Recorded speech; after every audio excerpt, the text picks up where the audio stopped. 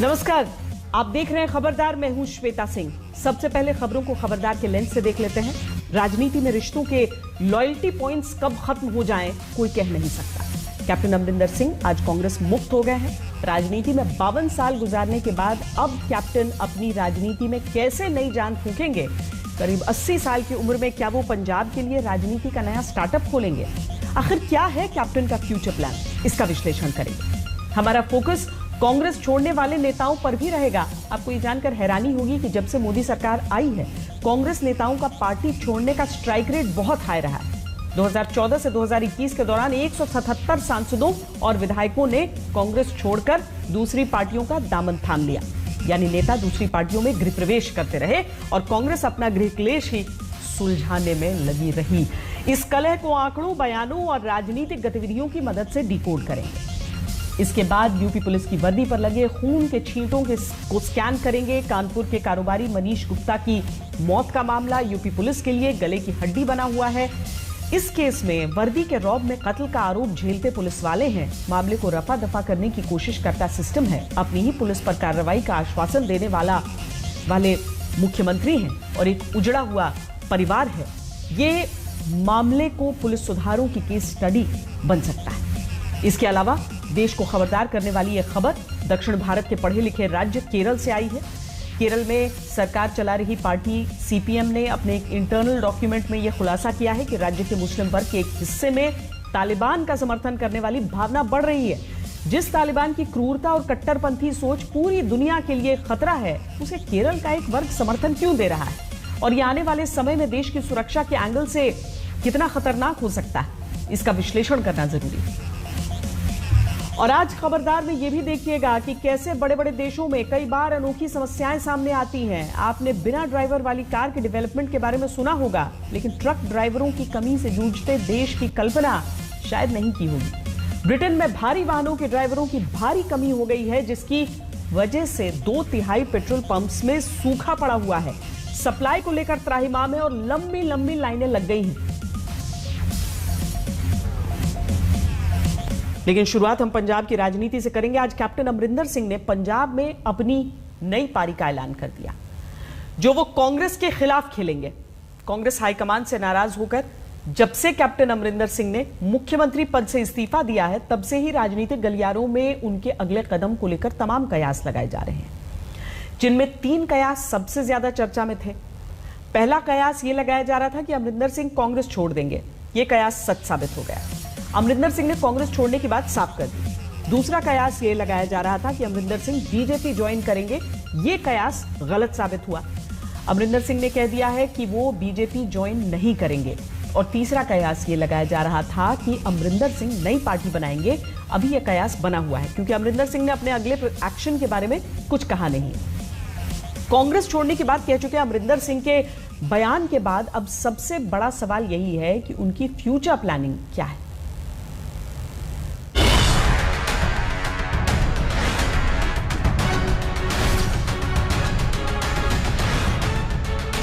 मैंने कांग्रेस प्रेसिडेंट से बात की थी सुबह और मैंने उनको कह दिया था कि मैं इस्तीफा दे रहा हूं। जिन पे उनको भरोसा होगा उनको बुला दें, पर आई फील ह्यूमिलिएटेड।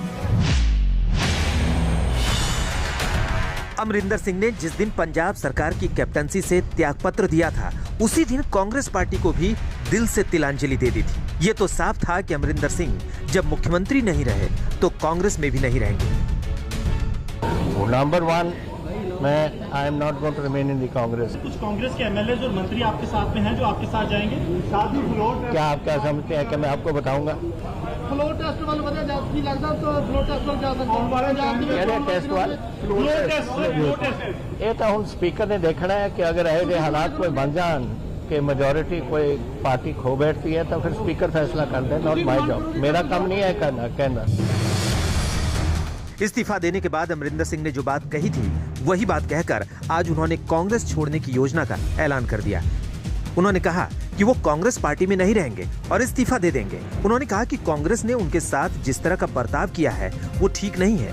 वो इस तरह की बेइज्जती को बर्दाश्त करने के लिए तैयार नहीं है। अमरिंदर सिंह कांग्रेस छोड़ने वाले हैं, लेकिन उनका ट्विटर बायो कांग्रेस को पहले ही त्याग चुका है। हालांकि कांग्रेस आला कमान में अभी भी घोर चुप्पी छाई हुई है। अभी तो उन्होंने कहा भी मैं इस्तीफा दूंगा, इस्तीफा देंगे वो क्या करेंगे, उसके बाद क्या होगा। जो ये चीजें हो रही है देखो, मैं एक बात आपको बताना चाहता हूँ, एक परिवार होता है, परिवार में कोई भी सदस्य चला जाए तो उसकी कमी तो महसूस होती है। सही है, कांग्रेस आला कमान को हैरानी तो तब होगी जब अमरिंदर सिंह कांग्रेस ना छोड़ने का ऐलान करते। खैर, अब मुद्दा ये है कि अमरिंदर का अगला मूव क्या होगा, क्योंकि दिल्ली में अमरिंदर सिंह की बीजेपी से नजदीकियां और अमित शाह से मुलाकात के बाद ऐसा लगा कि वो बीजेपी ज्वाइन कर लेंगे। लेकिन अमरिंदर सिंह के करीबियों ने इसे नए कृषि कानून और किसान आंदोलन से जुड़ी मुलाकात बताकर बात खत्म कर दी। अब अमरिंदर सिंह ने भी साफ कर दिया कि वो बीजेपी में नहीं जा रहे। Number 2, I am not joining the BJP. That is enough for me at the moment. Amarinder भले ही मीडिया के सवालों पर चुप हैं, लेकिन वो चुप तो नहीं बैठने वाले। लेकिन वो क्या करेंगे, इसको लेकर तरह तरह के कयास लगाए जा रहे हैं। जानकार मानते हैं कि चुनाव में अब इतना वक्त नहीं बचा है कि नई पार्टी बनाकर अमरिंदर चुनाव में उतर पाएं। ऐसे में वो कोई गैर राजनीतिक दल बना सकते हैं, जिसके दो मकसद होंगे। पहला मकसद ये कि पंजाब विधानसभा चुनाव से पहले दिल्ली बॉर्डर पर किसान आंदोलन को किसी भी तरह खत्म करवाकर बीजेपी को फायदा पहुंचाया जाए। अमित शाह से उनकी मुलाकात के यही मायने निकाले जा रहे हैं। दूसरा मकसद ये कि पंजाब में राष्ट्रवाद को एजेंडा बनाकर कांग्रेस को कमजोर किया जाए, जिसकी प्लानिंग के लिए अमरिंदर सिंह ने एनएसए अजीत डोभाल से भी मीटिंग कर ली है। यानी अमरिंदर सिंह भले ही बीजेपी ज्वाइन नहीं करेंगे, लेकिन अमरिंदर की बीजेपी से नजदीकियां उनकी फ्यूचर प्लानिंग का ट्रेलर जरूर दिखा रही हैं। डोभाल साहब हमारे एनएसए हैं, मैटर्स रिलेटिंग टू सिक्योरिटी हैं, जो मैं आपके साथ नहीं शेयर करूंगा, लेकिन मैं 4 साल से देख रहा हूं क्या हो रहा है पंजाब में और उनके साथ शेयर किया है। डेली ड्रोन आ रही हैं, जो ड्रोन पकड़े जाते हैं ठीक है, जो नहीं पकड़े जाते वो कहाँ जा रहे हैं, क्या काम है उनका, कौन उठा रहा है उनको, ये सारी बातें नेशनल सिक्योरिटी के साथ। अमरिंदर सिंह ने 3 दिवसीय दिल्ली यात्रा के दौरान कांग्रेस से उचित दूरी बनाकर रखी। साथ ही वो बीजेपी और मोदी सरकार के दिल में एक खास जगह बनाकर चंडीगढ़ लौटे। मोदी सरकार को अब अमरिंदर में एक कद्दावर नेता नजर आने लगा है। कैप्टन साहब बहुत संवेदनशील और कांग्रेस के बड़े नेता हैं। चूंकि पंजाब प्रदेश हमारा सीमावर्ती प्रदेश है, उस दृष्टि से भी हमारे लिए महत्वपूर्ण है। उस दृष्टि से भी हम लोग लगातार कैप्टन साहब के संपर्क में, जब वो मुख्यमंत्री थे तब भी रहते थे, और आज जो वो समस्याएं लेके आए हैं, चूंकि राजनीतिक व्यक्ति हैं और गृह मंत्री जी हमारे बड़े नेता हैं और सरकार पे एक महत्वपूर्ण पद पे हैं जो सारी स्थितियों को हैंडल करते हैं, तो ऐसे में उनका मिलना, और उन्होंने स्वयं ही ट्वीट करके जैसे कहा है कि हम किसानों की समस्या के लिए आए, पंजाब के विकास के लिए फंड के लिए आए हैं, ऐसी सारी बातों को उन्होंने स्वयं स्पष्ट किया है। कैप्टन अमरिंदर सिंह ने दिल्ली में जिस तरह से कांग्रेस के खिलाफ बैटिंग की है, जानकारों को लगता है कि अमरिंदर सिंह भले ही बीजेपी में शामिल ना हो रहे हों, लेकिन चुनाव में फील्डिंग बीजेपी के लिए ही करेंगे। दिल्ली से मौसमी सिंह के साथ मंजीत सहगल, चंडीगढ़, आज तक। अमरिंदर सिंह ने कांग्रेस छोड़ने का ऐलान कर दिया और कांग्रेस आला कमान को खूब खरी खोटी भी सुनाई, लेकिन कांग्रेस आला कमान को तो मानो कोई फर्क ही नहीं पड़ता। हो सकता है कि कांग्रेस को अब इसकी आदत पड़ चुकी हो। वैसे भी जब से मोदी सरकार आई है, कांग्रेस नेताओं का पार्टी छोड़ने का स्ट्राइक रेट बहुत हाई है। एसोसिएशन फॉर डेमोक्रेटिक रिफॉर्म्स यानी एडीआर ने इसका आंकड़ेवार डेटा उपलब्ध करवाया है, जिसमें बताया गया है कि 2014 से 2021 के दौरान कुल 222 नेताओं ने कांग्रेस छोड़कर दूसरी पार्टियों का दामन थाम लिया। इसी दौरान 177 सांसदों और विधायकों ने भी देश की सबसे पुरानी पार्टी कांग्रेस का साथ छोड़ दिया। रिपोर्ट के अनुसार 7 साल में कुल 1133 उम्मीदवारों और 500 सांसदों विधायकों ने पार्टियां बदली, लेकिन सबसे ज्यादा दल बदलू नेता कांग्रेस के ही रहे। अगर सिर्फ सांसद विधायकों के एग्जिट और एंट्री का औसत निकालें तो कांग्रेस पार्टी सबसे ज्यादा घाटे में रही और बीजेपी सबसे ज्यादा फायदे में। पिछले 7 वर्षों में कांग्रेस के 177 सांसदों और विधायकों ने पार्टी छोड़ी। साल 2014 से अब तक बीजेपी से भी 33 सांसद विधायक अलग हुए। इसी दौरान अन्य पार्टियों के 61 सांसद विधायक कांग्रेस में शामिल हुए, जबकि 173 सांसद और विधायक दूसरी पार्टियों को छोड़कर बीजेपी में शामिल हुए। इस तरह से कांग्रेस को 7 साल में 116 सांसदों विधायकों का नुकसान हुआ है और इसी दौरान बीजेपी को 140 सांसद विधायकों का फायदा हुआ है। बीते कुछ महीनों की लिस्ट निकालें तो बाबुल सुप्रियो सबसे बड़ा नाम रहे, जो बीजेपी छोड़कर टीएमसी के पाले में चले गए। लेकिन पिछले कुछ समय से तो हर महीने ही कांग्रेस के किसी बड़े चेहरे की विदाई ब्रेकिंग न्यूज बनती है। पिछले 7 वर्षों में कांग्रेस छोड़ने वाले 7 बड़े नेताओं के बारे में आपको बताते हैं। 16 अगस्त 2021 महिला कांग्रेस की अध्यक्ष रह चुकी सुष्मिता देव ने कांग्रेस छोड़ी। वो असम की सिलचर सीट से सांसद भी रह चुकी हैं। पार्टी छोड़ने की वजह असम में सीट बंटवारे से नाराज थी। अब टीएमसी के टिकट पर राज्यसभा की सांसद। अगला नाम है अभिजीत मुखर्जी, जो पूर्व राष्ट्रपति प्रणब मुखर्जी के बेटे हैं। 5 जुलाई को कांग्रेस छोड़ने वाले अभिजीत मुखर्जी 2012 और 2014 में सांसद चुने गए थे। 2019 में लोकसभा चुनाव में हार के बाद कांग्रेस में बोर हो रहे थे। अभी टीएमसी ज्वाइन कर ली है। फिलहाल कोई पद नहीं मिला है। अभिजीत मुखर्जी से पहले 9 जून को जितिन प्रसाद ने कांग्रेस छोड़ी थी। यूपीए सरकार में मंत्री रह चुके हैं। उत्तर प्रदेश में कांग्रेस आलाकमान की बेरुखी से नाराज थे। अब उत्तर प्रदेश सरकार में कैबिनेट मंत्री बनाए गए। हाल फिलहाल में कांग्रेस को सबसे बड़ा झटका ज्योतिरादित्य सिंधिया ने दिया था। उन्होंने 11 मार्च 2020 को कांग्रेस छोड़कर बीजेपी ज्वाइन कर ली थी। वो कमलनाथ को मुख्यमंत्री बनाए जाने से नाराज थे। अभी राज्यसभा सांसद के साथ ही मोदी कैबिनेट में मंत्री भी हैं। अलग अलग कांग्रेस सरकारों में मंत्री रहे नारायण राणे 21 सितंबर 2017 को कांग्रेस छोड़ चुके। राणे ने दावा किया था कि कांग्रेस ने उन्हें मुख्यमंत्री बनाने का वादा पूरा नहीं किया। कांग्रेस छोड़ने के बाद नई पार्टी बनाई। फिर 2018 में बीजेपी ने राज्यसभा सांसद बना दिया। अभी मोदी सरकार में मंत्री हैं।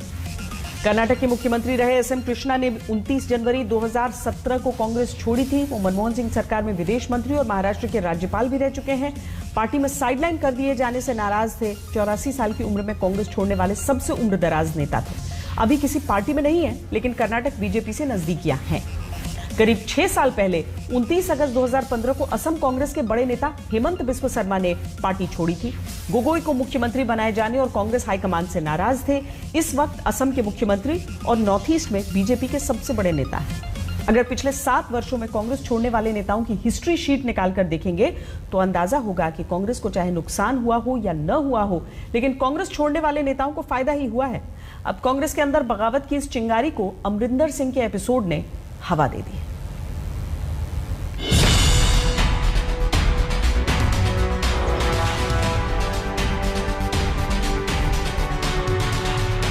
पंजाब में हुई फसीहत से लेकर दिल्ली में कांग्रेस लीडरशिप पर सवालिया निशान तक। In our party, at the moment, there is no president. So we don't know who is taking these decisions. We know and yet we don't know. Congress party के गृह कलेश का अगर सार निकालें तो इस वक्त कांग्रेस में चला-चली की बेला चली हुई है। किसी को कांग्रेस आलाकमान चलता कर रहा है तो कोई मौका मिलते ही खुद ही चलता बन रहा है, और जो नहीं जा रहा वो कांग्रेस में रहकर ही कांग्रेस को आईना दिखा रहा है। एक बात तो स्पष्ट है, हम जी हजूर 23 नहीं है। ये तो बात स्पष्ट है, ठीक है ना।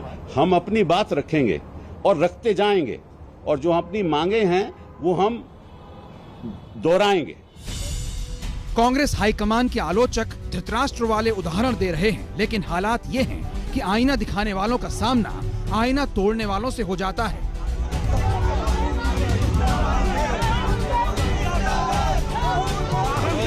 कपिल सिब्बल ने कांग्रेस आलाकमान का सत्य से सामना करवाया तो उनके घर पर टमाटर फेंके गए, कार तोड़ दी गई, और फिर कांग्रेस हाईकमान के बचाव में बड़े बड़े नेता मैदान में कूद पड़े। सिब्बल साहब को नहीं मालूम कौन अध्यक्ष हैं? श्रीमती सोनिया गांधी अध्यक्ष हैं पार्टी के, और वही श्रीमती सोनिया गांधी अध्यक्ष हैं पार्टी की जिन्होंने सिब्बल साहब को बार बार पार्लियामेंट पहुंचाने के लिए टिकट दिया। वही सोनिया गांधी अध्यक्ष हैं कांग्रेस पार्टी की जिन्होंने सिब्बल साहब को बार बार मंत्री बनाया। बगैर कांग्रेस के लगातार बैकग्राउंड होने के सीधे सीधे मंत्री बना दिया। मुझे लगता है कि कपिल सिब्बल जी भ्रमित कर रहे हैं, क्योंकि ये क्लियर है कि कांग्रेस की लीडरशिप सोनिया गांधी जी के पास है। जितने निर्णय हो रहे हैं कांग्रेस प्रेसिडेंट कर रही हैं। लगातार अपॉइंटमेंट से लेके बाकी प्रक्रियाएं सारी हो रही हैं सोनिया जी के दस्तखत से, उनके निर्देश पे हो रही हैं। तो ये दुर्भाग्य है कि कपिल सिब्बल जी जैसे ज्ञानी व्यक्ति और अनुभवी व्यक्ति और कांग्रेस में सीनियर स्थान रखने वाले व्यक्ति को यही नहीं पता कि कांग्रेस के लीडर विद्यमान है। कांग्रेस देश की सबसे पुरानी पार्टी है, लेकिन अब वो सबसे बड़ी पार्टी नहीं रही। जब सिब्बल ने कांग्रेस की कार्यप्रणाली पर सवाल उठाए तो उनके समर्थन में भी आवाजें उठी। Issues should not be confused with having confidence or not having confidence in the leadership of a particular individual. The far more important thing is to have faith in the core ideology of the Congress party, in the philosophy of the Congress party, and whosoever leads that party, if they are able to do justice to those core values, I do not think anybody really has a problem with that. Congress इस वक्त दो खेमों में बंट चुकी है। एक तरफ गांधी परिवार के वफादार हैं और दूसरी तरफ वो नेता हैं जो कांग्रेस पार्टी के वफादार हैं। कांग्रेस पार्टी के इस गृह युद्ध में शह और मात का खेल चल रहा है और जो हारता जा रहा है वो बाहर होता जा रहा है। असूलों पर जब आंच आए तो टकराना जरूरी है, अगर जिंदा हो तो जिंदा नजर आना जरूरी है। असूलों पे जब आंच आए तो टकराना जरूरी होता है, जिंदा हो अगर तो जिंदा नजर आना जरूरी होता है। असूलों पे आंच आए तो टकराना जरूरी है और जिंदा हो तो जिंदा नजर आना जरूरी है। लेकिन ऐसा नहीं है कि कांग्रेस में सिर्फ जाने का ही रास्ता खुला हो, आने के दरवाजे भी खुले हुए हैं। कहीं मैंने पढ़ा था कि आप अपने दुश्मन का चुनाव कीजिए, अपने विपक्ष का चुनाव कीजिए, दोस्त अपने आप बन जाएंगे। तो हमने ये चुनाव किया है।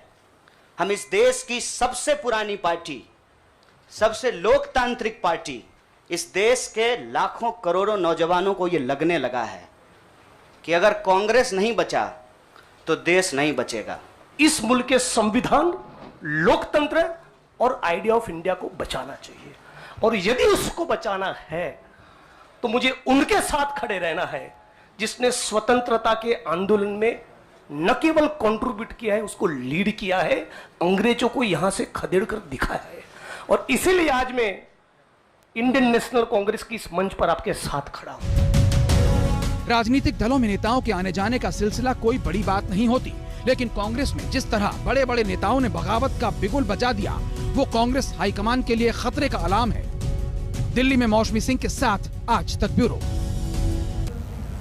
अमरिंदर सिंह के एपिसोड के बाद से तो ऐसा लगता है कि कांग्रेस हाईकमान ने अब तय ही कर लिया है कि उनके कहने पर कोई रुक तो रहा नहीं है, इसीलिए अब जिसे जाना है कांग्रेस हाईकमान ने उसे रोकने की तकलीफ उठाना ही छोड़ दिया। जिन नवजोत सिंह सिद्धू के कहने पर अमरिंदर सिंह को सीएम की कुर्सी से हटाया गया, वो खुद इसके भुक्तभोगी। सिद्धू को लग रहा था कि वो पंजाब कांग्रेस अध्यक्ष पद से इस्तीफा दे देंगे तो कांग्रेस आला कमान उन्हें मनाएगा, लेकिन कांग्रेस आला कमान ने सिद्धू को मैसेज दे दिया कि वो रहना चाहे तो रहें, जाना चाहे तो जाएं। इसके बाद पंजाब के मुख्यमंत्री चन्नी और सिद्धू के बीच 2 घंटे मुलाकात चली। सूत्रों के हवाले से खबर है कि सिद्धू ने पंजाब में एडवोकेट जनरल और डीजीपी की नियुक्ति पर जो सवाल उठाए थे, उनकी जांच के लिए एक कमेटी बनेगी। इस कमेटी में खुद सीएम चन्नी, सिद्धू और कांग्रेस के एक महासचिव सदस्य होंगे। ये कमेटी 4 अक्टूबर तक अपनी रिपोर्ट देगी। यानी सिद्धू एक बार फिर पलटी मार गए हैं। सीएम चन्नी से मुलाकात के बाद अब उनका इस्तीफा होल्ड पर चला गया है।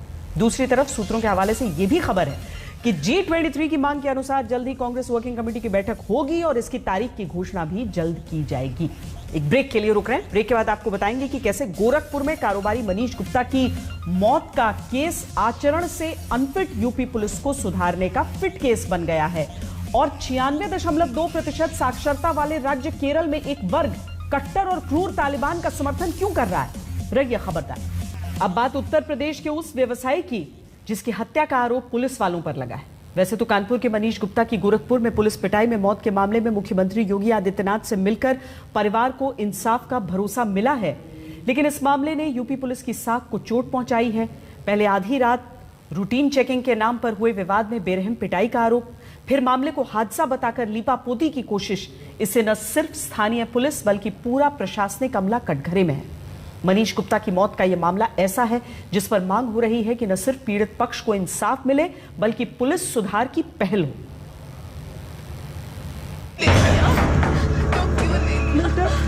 उसका दिन इतना ही तुम्हारे दिन का साथ था, उसका साथ तुम्हारा इतना। कानपुर के व्यवसायी मनीष गुप्ता अब एक केस बन चुके हैं। एक ऐसा केस जो पुलिस सुधारों के लिए नजीर बन सकता है। इस केस में अपनी वर्दी के रौब में कत्ल के आरोप में खड़े पुलिस वाले हैं। एक बार मुकदमा होने के बाद आपको अंदाजा नहीं है, सालों तक कोर्ट में लीपापोती और मामले को रफा दफा करने की कोशिश करता पुलिस प्रशासन का सिस्टम है। जब राष्ट्रीय अध्यक्ष 10 मिनट के अंदर यहाँ पहुँचने वाले हैं, प्रशासन उनको लेके जा रहा है। आप लोग अब गलत कर रहे हैं, पुलिस वाले अब सही है।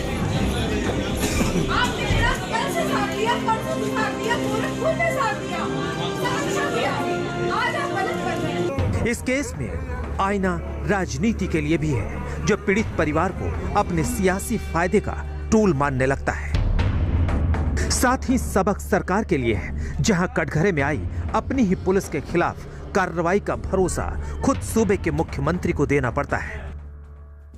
उन्होंने खुद अपनी ओर से कहा कि आपका केस यहाँ ट्रांसफर कर देते हैं, एक अच्छी टीम तैनात कर देते हैं, जिससे आपका कार्य बहुत अच्छे से हो पाए। वहाँ जाके वो ये बात खुद ही समझ रहे हैं कि मैं वहाँ जाके ये कार्य नहीं कर सकती।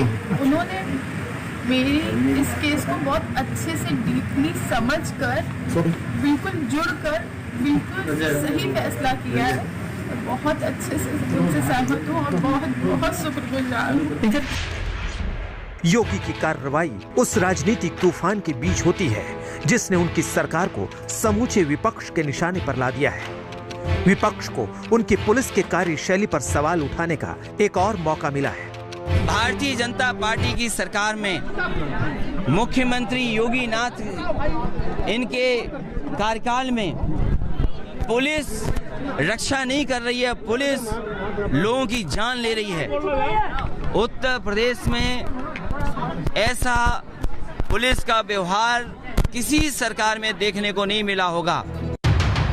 27-28 सितंबर की दरमियानी रात गोरखपुर के होटल कृष्णा में मनीष गुप्ता और वहां पहुंची पुलिस टीम के बीच बात इतनी कैसे बढ़ी, ये तो जांच से तय होगा।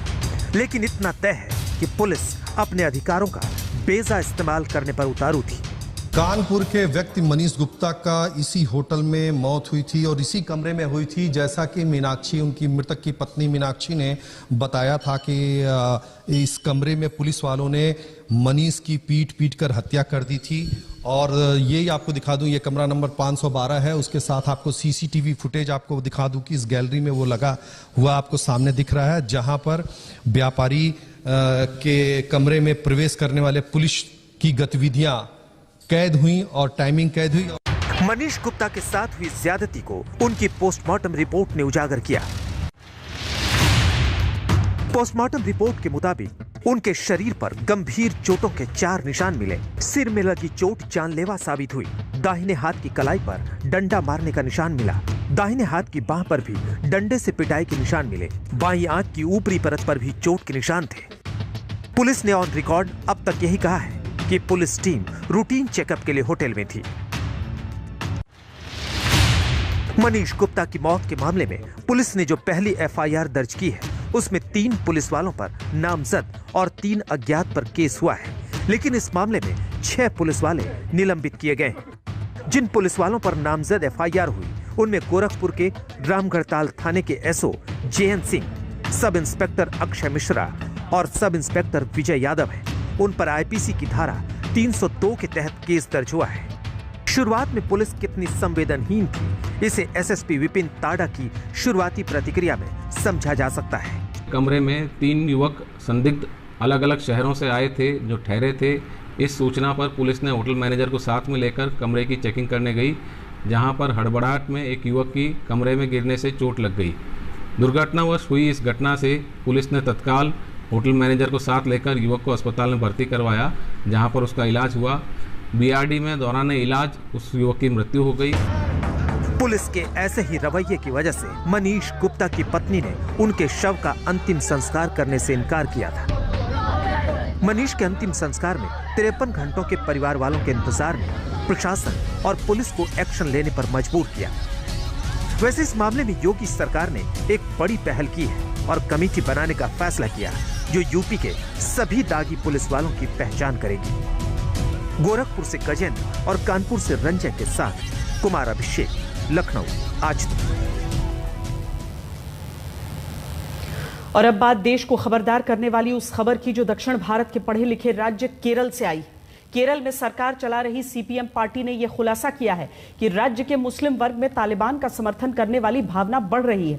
इसका मतलब यह हुआ कि तालिबान की क्रूरता और कट्टरपंथी सोच जो पूरी दुनिया के लिए खतरा है, वो केरल के कुछ लोगों को बहुत पसंद आ रही है।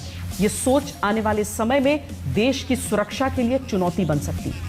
यह खुलासा सरकार चला रही सीपीएम ने अपने एक इंटरनल डॉक्यूमेंट में किया है, इसीलिए इसकी गंभीरता और बढ़ जाती है। आज इस खबर को देश की सुरक्षा और राजनीति दोनों के लेंस से देखना आवश्यक है। केरल में पिछले साल हुए निकाय चुनावों में कांग्रेस ने जमाते इस्लामी के साथ चुनाव लड़ने का फैसला किया था। इस गठबंधन से सीपीएम बहुत नाराज हो गई थी। ऐसे में सवाल यह है कि जमाते इस्लामी पर उंगली उठाने वाली सीपीएम की यह रिपोर्ट सच के कितनी करीब है। सवाल यह भी है कि अगर इस खुलासे में जरा सी भी सच्चाई है तो केरल सरकार इस मामले में किस तरह की कार्रवाई कर रही है।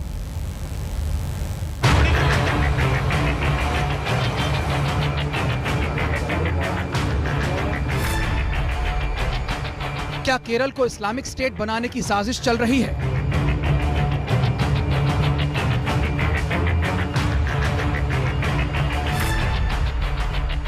क्या केरल में तालिबान का समर्थन करने वालों की संख्या बढ़ रही है?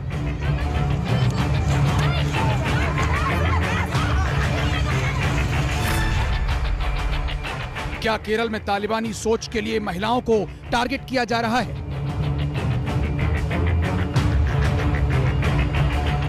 ये सवाल इसलिए उठे हैं क्योंकि केरल में सरकार चलाने वाली पार्टी सीपीएम ने विस्फोटक खुलासे किए हैं। अपने इंटरनल डॉक्यूमेंट में पार्टी ने अपने काडर को अलर्ट और एक्टिव रहने को कहा है ताकि जमाते इस्लामी जैसे संगठन केरल में अपना तालिबानी एजेंडा पूरा न कर पाए।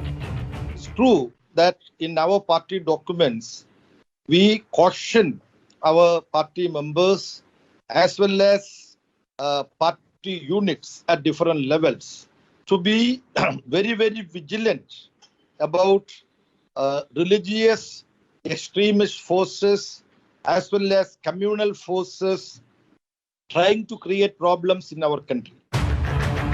सीपीएम का दावा है कि जमाते इस्लामी केरल को एक इस्लामिक स्टेट बनाना चाहता है। जमाते इस्लामी केरल में अपने एजेंडे को आगे बढ़ाने के लिए सोशल मीडिया और दूसरे तरीकों जैसे बुकलेट्स और मैगजीन का इस्तेमाल कर रहा है।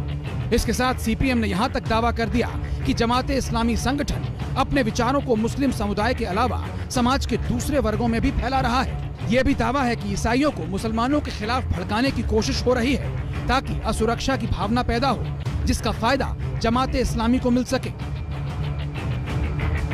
लेकिन जमाते इस्लामी ने सीपीएम के इन गंभीर आरोपों को सिरे से खारिज कर दिया। जमात का दावा है कि अपने राजनीतिक फायदे के लिए सरकार ने ये कहानी रची है।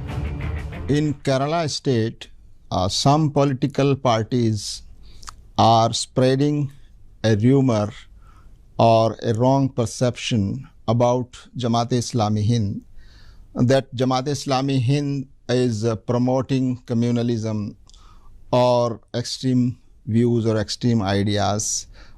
We completely reject and condemn this kind of allegations. जमाते इस्लामी के नेता कुछ भी कहें, लेकिन इस सच्चाई से मुंह नहीं मोड़ा जा सकता कि केरल में समाज के एक हिस्से में कट्टरपंथी सोच के अंकुर फूट चुके हैं, जिसकी वजह से केरल से आईएसआईएस जैसे खूंखार आतंकी संगठन का कनेक्शन भी जुड़ रहा है। एनआईए को ऐसे इनपुट मिले हैं जिनमें आईएसआईएस में शामिल लोग अपने ऑपरेटर से बात करने के लिए मोबाइल ऐप थेमा का इस्तेमाल करते हैं, जिसमें बातचीत करने वालों का पता लगाना बहुत मुश्किल है। इसलिए सीपीएम के दावे को एकदम सिरे से खारिज करना जल्दबाजी हो सकती है। सवाल यह भी कि सीपीएम सरकार इस खुलासे को लेकर खुद क्या कार्रवाई कर रही है। सीपीएम ने अपने आंतरिक दस्तावेज में आरएसएस पर भी इन भावनाओं को भड़काने के आरोप लगाए हैं, लेकिन संघ के नेता मानते हैं कि ये सोच पहले से ही राज्य में पनप रही है। ये तो पहला स्टेप इन्होंने करना चाहिए, वहां के फंडामेंटल एलिमेंट्स को बुक करने के लिए करना चाहिए था। मेरे ख्याल से कम्युनिस्ट पार्टी सीपीएम, खास तौर पर सीपीएम के अंदर फंडामेंटल एलिमेंट्स पहले ही घुस गए हैं। बहुतांश branch committees and local committees एक प्रकार से इस फंडामेंटल एलिमेंट्स के हाथ में हैं। भारत में तालिबान का समर्थन करने वाली सोच देश के लिए खतरा है, लेकिन इस बात से इनकार नहीं किया जा सकता कि देश में एक वर्ग तालिबान प्रेम में अपनी आंखें बंद कर चुका है। इस लिस्ट में शायर से लेकर राजनेता तक शामिल हैं। समाजवादी पार्टी के सांसद शफीकुर रहमान बर्क ने तालिबानियों की तुलना स्वतंत्रता सेनानियों से कर दी, तो all India Muslim personal law board के प्रवक्ता मौलाना सज्जाद नोमानी ने तालिबानी आतंकियों को अपना सलाम भेजा था। हमारा देश जब अंग्रेजों के कब्जे में तो सारा हिंदुस्तान आज़ादी के लिए लड़ रहा था। अब वहाँ का भी अब अमेरिका ने कब्जा कर रखा, पहले रशिया में था, जगह जगह उनका भी कब्जा, वो भी आज़ाद रहना चाहते, अपने देश को आज़ाद कराना चाहते। जब देश में ही तालिबान जैसे क्रूर और कट्टरपंथी संगठन को एक वर्ग पसंद कर रहा हो, तालिबानियों को सलाम भेज रहा हो, तो ये देश की सुरक्षा के लिए एक गंभीर चुनौती है। देखना यह है कि केरल सरकार जमाते इस्लामी के खिलाफ क्या एक्शन लेती है और जो आरोप इंटरनल डॉक्यूमेंट में लगाए गए हैं उनमें दम है या फिर ये सियासत की हवाई फायरिंग है। दिल्ली में अमित भारद्वाज के साथ ब्यूरो रिपोर्ट, आज तक। पिछले कुछ दिनों से देश भर में एक सवाल बहुत वायरल हो रहा है कि मुंबई के पूर्व कमिश्नर परमवीर सिंह कहां हैं। हैरानी की बात यह है कि इस सवाल का जवाब खुद महाराष्ट्र सरकार और मुंबई पुलिस तलाश रही है, क्योंकि परमवीर सिंह गायब हैं। 29 अगस्त को परमवीर सिंह छुट्टी पर गए थे, तब से उनका कोई अता पता नहीं। एंटीलिया केस के बाद परमवीर सिंह ने महाराष्ट्र सरकार के पूर्व गृह मंत्री अनिल देशमुख पर पैसा वसूलने के संगीन आरोप लगाए थे। इसके बाद उद्धव सरकार ने एक जांच कमीशन बिठाया जो इन आरोपों की जांच कर रहा है, लेकिन इस बीच खबर आ रही है कि परमवीर सिंह कहीं गायब हो गए। खबरदार में अभी के लिए इतना ही। देश और दुनिया की बाकी खबरों के लिए देखते रहिए आज तक।